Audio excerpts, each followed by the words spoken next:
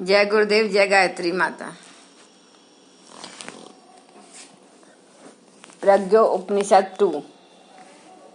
इसमें आगे गुरुदेव जी लिखते हैं कि जब विदेशी आक्रांता सब देश में छा गए तो लगातार महाराणा प्रताप, शिवाजी, छत्रसाल, गुरु गोविंद सिंह, बंदा, वैरागी जैसे शौर्य संपन्न सत्पुरुष पैदा हुए। जन चेतना झंकृत करने के लिए चैतन्य, मीरा, सूर, तुलसी, नानक, दादू आदि की श्रृंखला उमड़ पड़ी। भारत स्वतंत्रता के क्रम में तिलक, गोखले, रानाडे, गांधी, सुभाष, नेहरू, पटेल, राजेंद्र प्रसाद, राजऋषि पुरुषोत्तम दास टंडन और आजाद भगत सिंह, सचिन जैसे सत्पुरुषों का क्रम बना। आगे भी यही क्रम चलना है। सत्पुरुषों के उत्पादन और वातावरण परिष्कार के लिए श्रेष्ठ जनों द्वारा तीर्थ यात्रा क्रम ही उपयोगी रहा है। नारद जी इसी निमित्त सदा चलते रहते थे, रुकते नहीं। बुद्ध के परिव्राजक सतत चलते रहने का संकल्प लेकर ही निकलते थे। दूर देशों तक उन्होंने हाथ में बोधि वृक्ष की डाल लेकर तीर्थ यात्राएं की। जदगुरु शंकराचार्य ने भी भज गोविंदम की धुन बोलते हुए देश के चारों कोने एक कर दिए थे।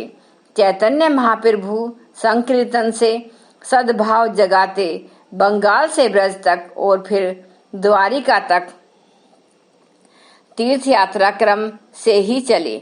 संत तुलसीदास जी ने तो सत्पुरुषों के समूह को चलता फिरता तीर्थराज कहा है। जो जग जंगम तीर्थराजू उसे सत्पुरुषों के उत्पादन का अमोघ सूत्र माना है। सत्पुरुषों के सानिध्य से उस दिव्य तीर्थ में स्नान से कोय जैसी प्रवृत्ति के कठोर व्यक्ति कोयल जैसे मधुर स्वभाव के हो जाते हैं। बगुले जैसी छली, हंस जैसे मुक्त चुनने वाले निरीशीर बन जाते हैं।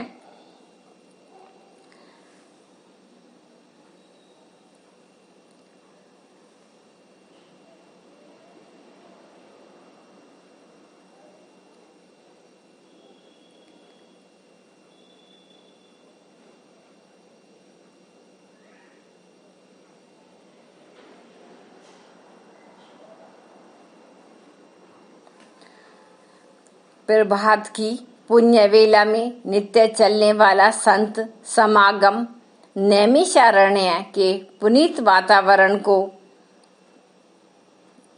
और भी अधिक प्रकाश प्रखरता से भर रहा था। आगंतुक उदार धर्मात्मा मुनि मनीषी इस ज्ञान गंगा का नित्य अवगाहन करते हुए भ्रांति की थकान दूर हो जाने से अति प्रसन्नता अनुभव कर रहे थे। प्रसंग गतिशील था। धर्म धारणा का अवलंबन करके किस प्रकार सर्वसाधारण से महामानव बनने का सुयोग्य मिल सकता है, किस प्रकार सामान्य मनुष्य कलेवर में रहते हुए भी देव जीवन का आनंद लिया जा सकता है, इसका मार्गदर्शन इस सत्र का विशेष विषय था। आज के प्रश्नकर्ता आरुणि ने विनयावनत होकर सत्राध्यक्ष से पूछा, हे भगवान, धर्म धारणा के चतुर्थ युगम सौजन्य और पराक्रम के संबंध में प्रकाश डालने का अनुग्रह करें। बताएं कि उनका परस्पर क्या संबंध है और उनको धर्म का आधार क्यों कहा गया है। आशुपलायन ने कहा, प्रश्नकर्ता समेत सभी उपस्थित जन ध्यान से सुने। धर्म को दूसरे शब्दों में सत्कर्म समझें। यही मनुष्य का कर्तव्य है। आत्मिक पूर्णता और विश्व कल्याण का उभय पक्षीय प्रयोजन भी इसी से पूर्ण होता है। इस आदर्शवादिता दृढ़ता को प्राप्त करने के लिए कुछ प्रमुख क्षमताएं अनिवार्य रूप से अर्जित करनी होती हैं। इनमें एक है स्नेह, सौजन्य और दूसरी है समग्र तत्परता। सज्जनता और कर्मठता, यह दोनों जब मिलते हैं तो उनका समन्वय पराक्रम कहलाता है।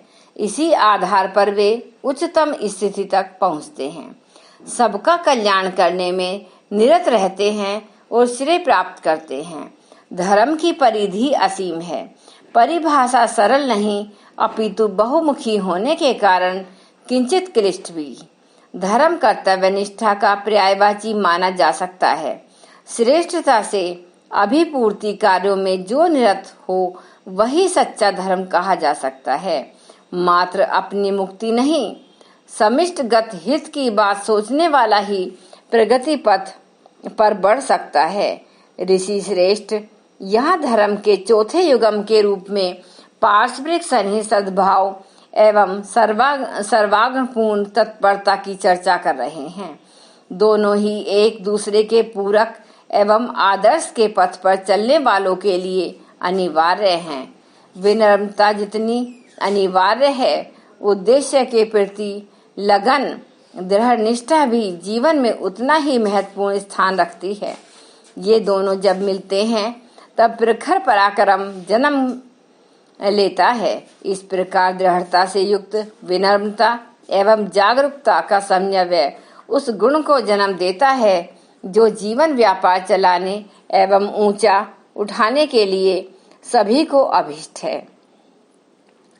सज्जनता मनुष्य का आरंभिक गुण है। नर्म, विनयशील, मधुर व्यवहार वाले, सभ्यता की परंपरा से अभ्यस्त, सुसंस्कारी, सत्य के पक्षपाती व्यक्तियों को सज्जन कहते हैं। सज्जनता से ही मनुष्य की शोभा बढ़ती है। अशिष्ट, अनगढ़, कुसंस्कारी तो मानवता को कलंकित करते हैं। वह विश्व कल्याण के विनाश सूचक धूम्रकेतु हैं। सज्जन हर किसी के साथ सद्व्यवहार करते हैं, शत्रु के साथ भी, अपराधी के साथ भी। रोग को मारा और रोगी को बचाया जाता है। अपराधी प्रवृत्ति का दमन करने में चिकित्सक द्वारा की गई शल्य चिकित्सा जैसा उपक्रम अपनाया जाना चाहिए, जो सड़े अवयव को इसलिए काट कर फेंक देता है कि उसके कारण होने वाली सड़न अन्य अवयवों को भी न गला डाले। स्नेह में पक्षपात नहीं, सद्भाव की प्रधानता होती है। सद्भाव का तात्पर्य हित कामना है। व्यवहारिक अध्यात्म की शुरुआत सज्जनता से होती है। जिनके अंतः के संस्कार प्रबल प्रखर होते हैं, वे किसी भी स्थिति में, चाहे वे कितनी ही प्रतिकूल क्यों न हो, धर्म को नहीं छोड़ते। सज्जनता की शोभा सद्भाव जन्य सद्व्यवहार में है। वे पाप से घृणा करते हैं, पापी से नहीं। जहाँ अंत में परहित की भावना होगी, वहाँ सामने वाला अपने कितना ही समीपवर्ती क्यों न हो, दृष्टि औचित्य पूर्वक न्याय मूलक होगी। ऐसे व्यक्ति का साथ धर्म भी कभी नहीं छोड़ता। एक दूसरे के प्रति उदासी, उपेक्षा, परायेपन का भाव बरतना उपयुक्त नहीं। इससे हानि ही हानि होती है। अनादर के बदले अनादर ही मिलता है। सद्व्यवहार की प्रतिक्रिया की भी सम्मान और सहयोग के रूप में उपलब्ध होती है। आत्मा को प्रेम की प्यास है, उसे तृप्त करना भी शरीर को भोजन देने की तरह ही आवश्यक है। दूसरों के प्रति आत्मीयता की भाव स्थापना करने पर वे प्रिय लगते हैं। प्रिय का विस्तार होने से प्रसन्नता बढ़ती है। अपने चारों ओर अपने लोग रहने की मान्यता बनाने और तदनुसार व्यवहार करने पर उसकी सुखद परिणति हाथों हाथ दिखने लगती है, जो मानव मात्र को सुखद होती है। जो दूसरों के साथ जैसा करता है वैसा ही फल पाता है। जो भले होते हैं उन्हें बदले में सहयोग, समर्थन एवं सम्मान मिलता है। जो दूसरों का अपमान करते हैं वे बदले में वही पाते भी हैं।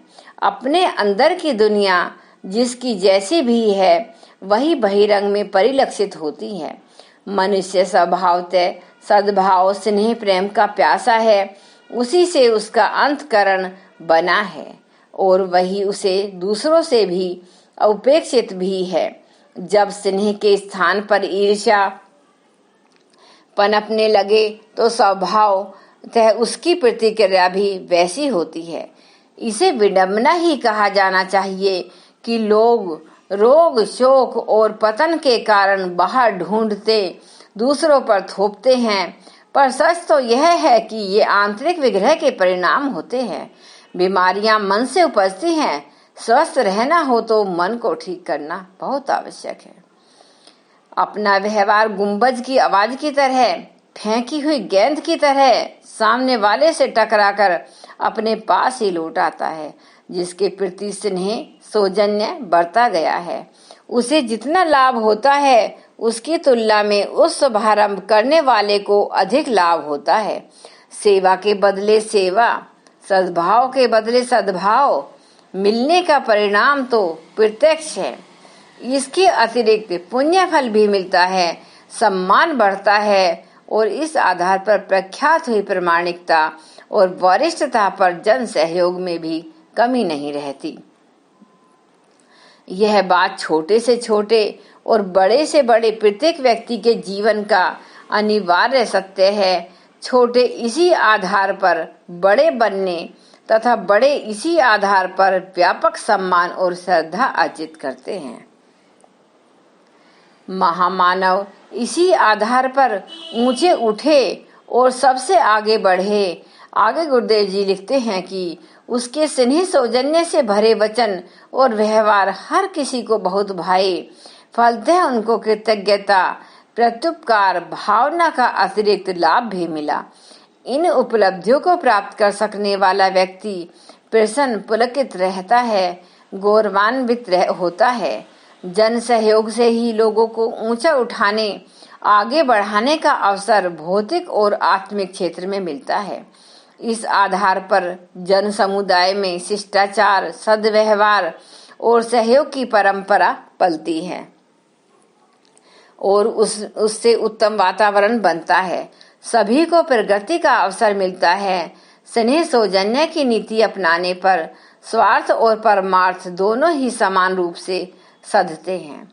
महामानवों की पोध से मलियागिरी चंदन की तरह सुवासित वायु के प्रवाह चलते हैं एवं संपर्क में आने वाले क्षेत्र को प्रभावित करते चले जाते हैं। ऐसे व्यक्ति स्वयं श्रेष्ठ को प्राप्त होते हैं एवं अन्य अनेकों के लिए प्रेरणा स्रोत बनते हैं।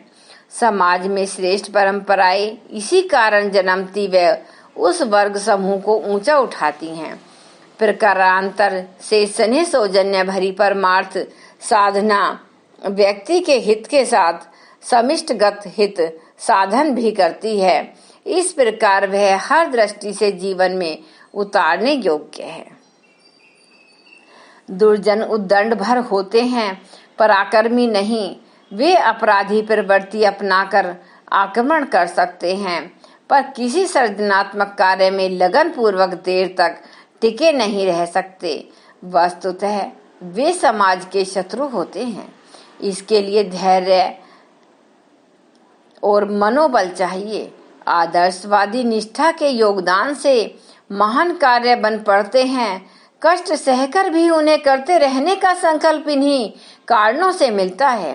ऐसी मन स्थिति होने पर असफलता की स्थिति में भी निराशा नहीं आती और प्रतिकूलताओं से जूझने का साहस अक्षुण्ण बना रहता है। पराक्रमी लोगों का अथक श्रम, अदम्य साहस और अटूट मनोबल के सहारे ही संसार के महान कार्य बन पड़े हैं। पराक्रम सौजन्य के साथ ही निभता है। सज्जनता कभी उद्धत उच्च घनता को प्रश्य नहीं देती। सौम्य होना ठीक है, परंतु अनीति सहकर नहीं। उसके लिए पर्याप्त साहस, संकल्प बल होना चाहिए ताकि दृढ़ता से उद्दंडों से जूझा जा सके। विनम्रता युक्त पराक्रम ही वस्तुतः महामानवों के लिए अभिष्ट है। यह मानवीय गुण मानवीय चेतना के उस अमृत के समान है जिसके सहारे दुर्जन समुदाय को भी बदला जा सकता है। अटूट लगन व धैर्य के सहारे वे यह भी कर दिखाते हैं। आगे गुरुदेव जी लिखते हैं कि श्वेत कणों की मणि मुक्ताओं से तुलना की गई है। लगन को सिद्धियों की अधिष्ठात्री कहा गया है। यह कामधेनु है। तत्परता और तन्मयता का जहाँ भी सुयोग बनता है वहाँ सफलता पाने में कोई संदेह नहीं रह जाता। समय, श्रम और मनोयोग का समन्वय ही समस्त प्रकार की सफलताओं का स्रोत है। जो इस रहस्य को अपनाते हैं, भाग्य लक्ष्मी उन्हें चारों ओरों से घेरती रहती है। कौन कितना जिया, इसका मूल्यांकन वर्षों के हिसाबों से नहीं, वरन पुरुषार्थ में लगे श्रम के आधार पर किया जाता है। अकेला श्रम भी निरर्थक है। समय प्रचुर मात्रा में हो पर श्रम को मादा न हो, काम के प्रति तन्मयता न हो, तो वह भी व्यर्थ हो जाता है। जहाँ के आदमी के पसीने की बूंदें गिरती हैं, वह धरती धन्य हो जाती है। सार्थक श्रम भले ही वह सीमित समय में किया है, समृद्धि लाता है, उस व्यक्ति के जीवन को सार्थक बना देता है। धन्यवाद। यह प्रज्ञा उपनिषद 2 चल रही है, जो गुरुदेव जी ने बड़ी सरल भाषा में प्रस्तुत की है। आप सभी लोगों से निवेदन है कि आप इसको सुने तथा जन जन तक पहुंचाने में सहयोग प्रदान करें। धन्यवाद। एक बार गायत्री मंत्र हमारे साथ साथ। ओम भूर्भुवः स्वः तत्सवितुर्वरेण्यं भर्गो देवस्य धीमहि धियो यो न प्रचोदयात्। जय गुरुदेव, जय माता।